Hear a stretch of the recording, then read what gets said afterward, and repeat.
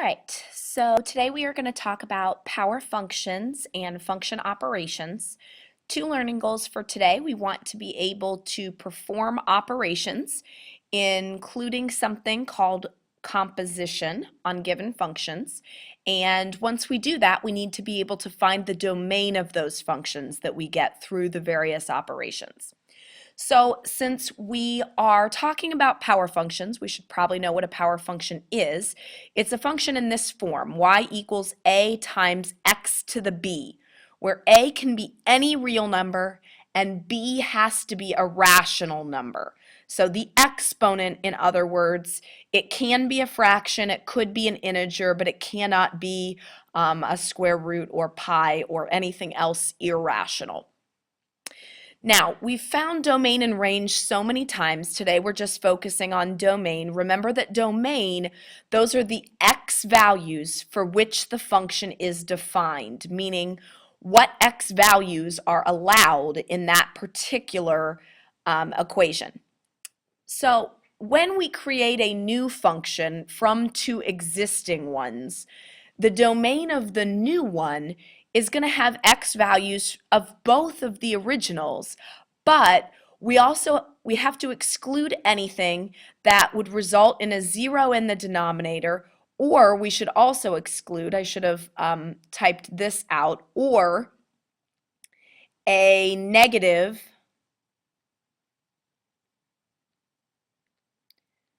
under an even indexed radical.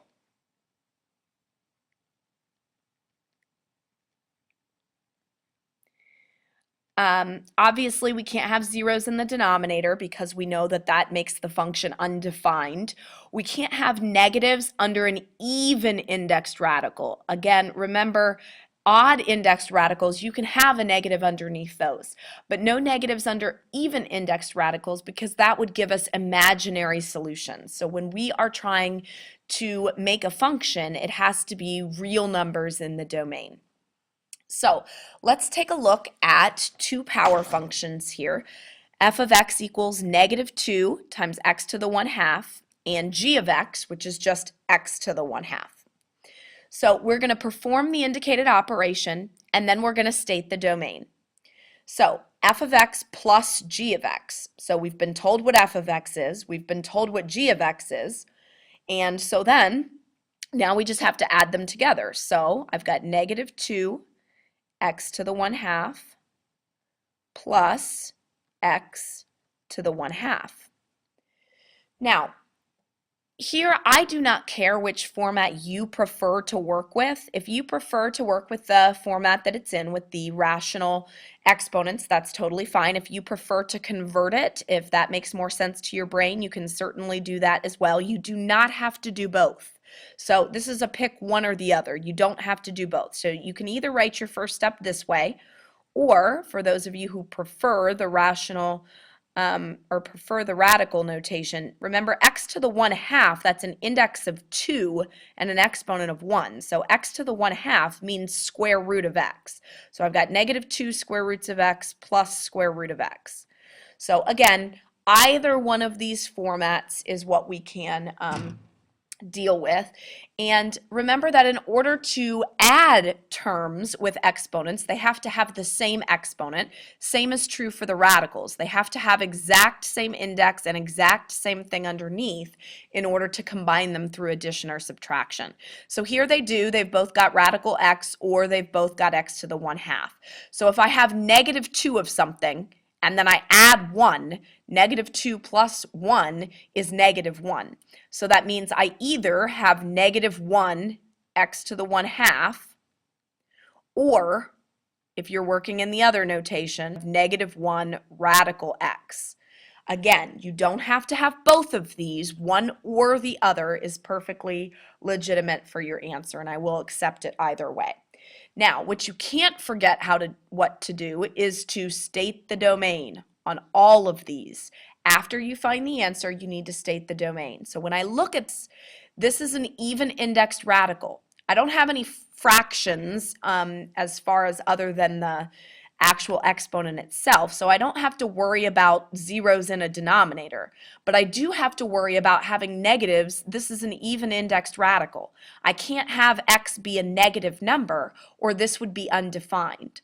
So if x needs to be non-negative, that means that my domain here has to be 0 or bigger. So you can either state it with all real numbers greater than or equal to 0, or if you prefer the interval notation, that means you're starting at 0 and you can go up to infinity. So we cannot have a negative underneath that radical. That would give us imaginary solutions. So that is our reason why this is our restricted domain. All right, let's look at another one. Same two functions, f of x and g of x, but now I'm subtracting them. So negative 2 x to the 1/2 minus x to the 1/2. Well, this is pretty easy if we've already done the other one. It's the exact same thing. You have negative 2 of something, you're taking away another, so that means there's negative 3 x to the 1/2, or if you worked in the other notation, negative 3 square root of x. Again, you don't have to do both, choose one or the other. So domain is going to be the exact same thing because it's got the same restrictions. I can't have a negative underneath here, so I know that the domain has to start at 0 and get bigger. So all real numbers greater than or equal to 0, or starting at 0 and going to infinity.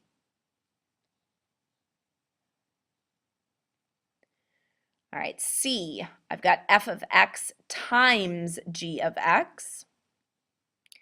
So when I'm going to multiply these, I've got negative 2 x to the 1/2 times x to the 1/2. Now, when I'm multiplying, remember coefficient times coefficient and variable times variable. So negative 2 times this coefficient, which would be a 1, is just negative 2. When I multiply the x to the 1/2 times the x to the 1/2, the rule is that I would add the exponents. 1/2 plus 1/2 is 1. So x to the first. So negative 2x to the first. Now, here is where we need to be careful, because if you only look at the answer, there would be no restriction on the domain, because I don't have a fraction here and I don't have any radicals in my answer. But again, if you look back at what we said, the domain of the new has the x values of both the originals, meaning any exclusions that we have in the originals, we have to consider still for our answer. Because even though I could have a negative in this function for x, I can't in the originals, which means it doesn't make sense for the function. So still, I have my domain based on the original functions that I started with, because these are radicals. So I still can't have a negative underneath. So this one is still going to be all reals greater than or equal to 0, or from 0 to infinity.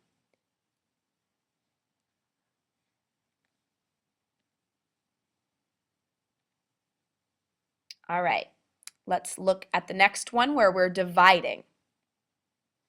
F of x divided by g of x. So take, bless me, sorry. So f of x, negative 2x to the 1/2, that's on top, divided by x to the 1/2. So when I'm dividing, I subtract exponents. So remember that you could write it like this if you wanted,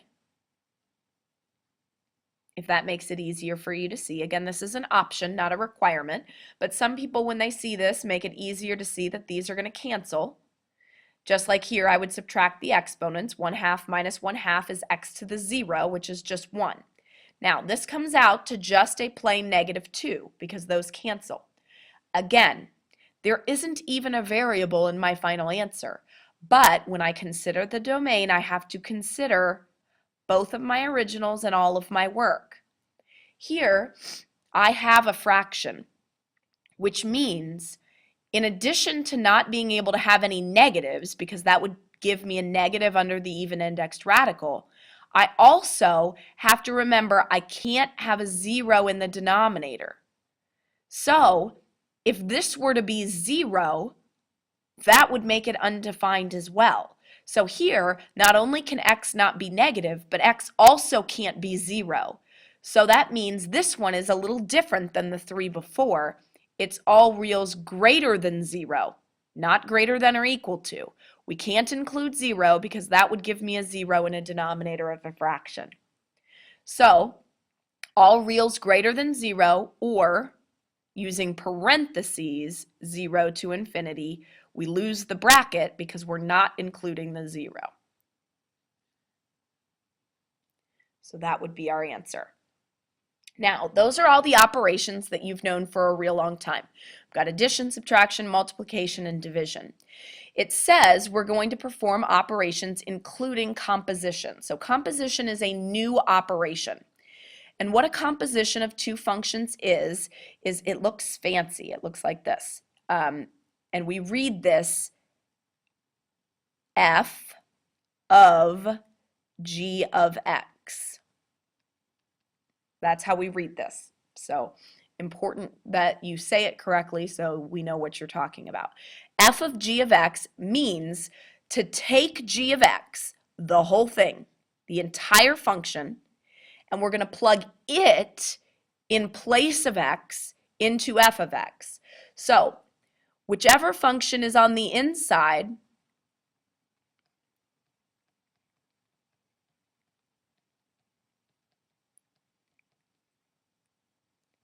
is the one that gets plugged in.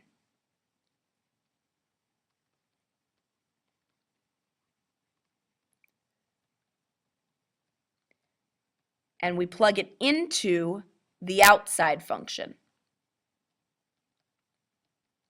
So you'll notice here we've got all kinds of compositions. I've got f of g of x, I've got g of f of x, and I've got f of x.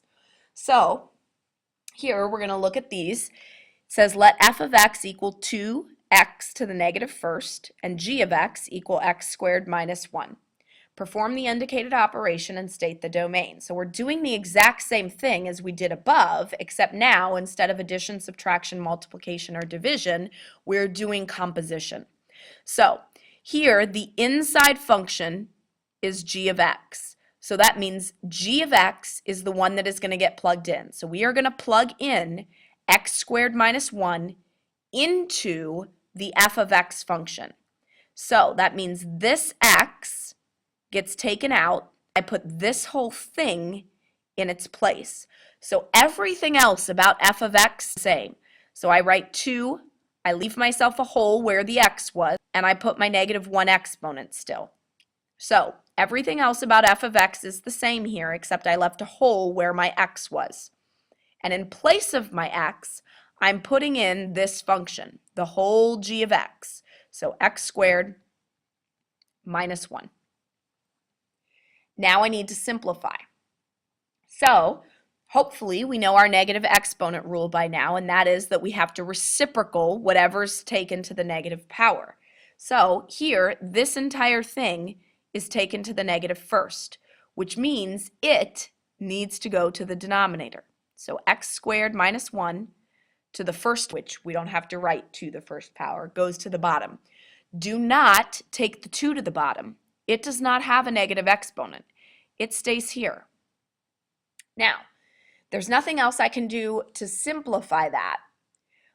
But when I go to state my domain, remember what I have to consider.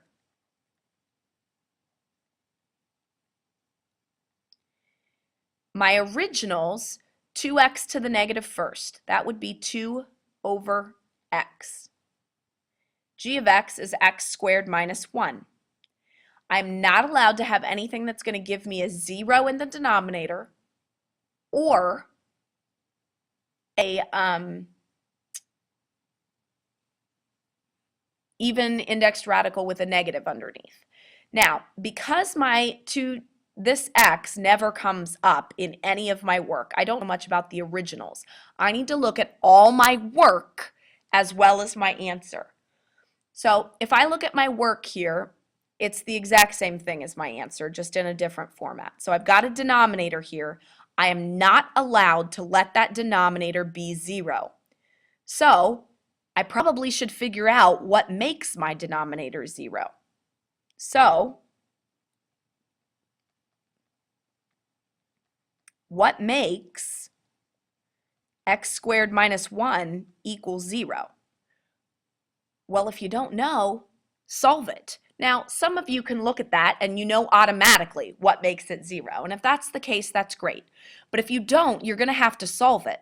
So to solve this, you can either factor it or you can solve by square roots. Square roots is probably easier for many of you. So add the 1 to the other side. X squared equals 1. Square root both sides. Don't forget the plus or minus. So x equals plus or minus 1. Those two values would make us have a 0 in the denominator, because if x is 1, 1 squared is 1, and 1 minus 1 is 0. Negative 1 squared is also 1, 1 minus 1 is 0. So that means my x is not allowed to be 1 or negative 1. So that means when I list my domain, it's all real numbers except 1 and negative 1. So here's my answer, and there's my domain. Because again, you are not allowed to have 0 in the denominator of a fraction. Let's try this whole composition thing again. All right, this time I've got g of f of x. So f of x is on the inside, which means 2x to the negative first is getting plugged in place of x, and g is on the outside. So that means I start with my g, x squared minus 1. I take the x out and I leave a hole. So leave a hole where the x was. Everything else about it stays the same. So I've got my squared, I've got my minus 1. In place of the x, I put what's on the inside. So the inside is 2x to the negative first. So I plug that in. And now I need to simplify. So in this, I can do this several different ways. I can deal with my negative exponent rule first if I want, or I can go ahead and apply the power of a power first. It does not matter which way you do it. Let's say you simplify the negative exponent first. So that would give us this. When I square that, I have to square the top and square the bottom. So 2 squared is 4. X squared is just x squared. So I've got 4 over x squared minus 1. So I look at my work, I look at my answer, and again, in order to find my domain, I have to consider what is going to make that denominator 0. I don't have any radicals here, so I don't need to worry about that like I did in this example 1.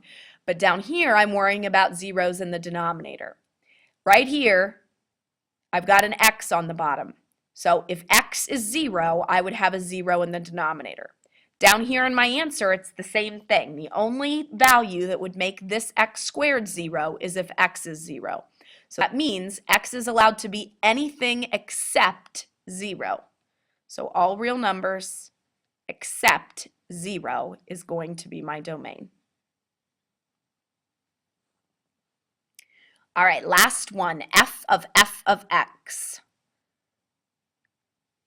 So they're both the same, but that doesn't change exactly what we're doing. My outside function is f, so that means this is what I start with. I leave a hole where my x was, keep everything else about the function the same. So 2x, so 2 blank parenthesis, to the negative first. And on the inside, I'm going to put the entire f of x, so 2x to the negative first. Again, lots of choices for how to approach this. You can simplify inside first or do power of a power. So let's say I simplify my inside first, which looks like this. Once I do that, then this entire thing is raised to the negative first power, which means that both of those inside get that negative exponent, which means they both have to be flipped to the opposite location. So my x comes to the numerator, my 2 goes to the denominator, and now for my final step of simplification, 2 times x over 2, these 2's would just cancel each other, so I've just got x. So x is my final answer. Again, remember you're not just considering the final answer when you're writing the domain. We're considering all the work as well. And if we look here in our work, we've got x in the denominator here.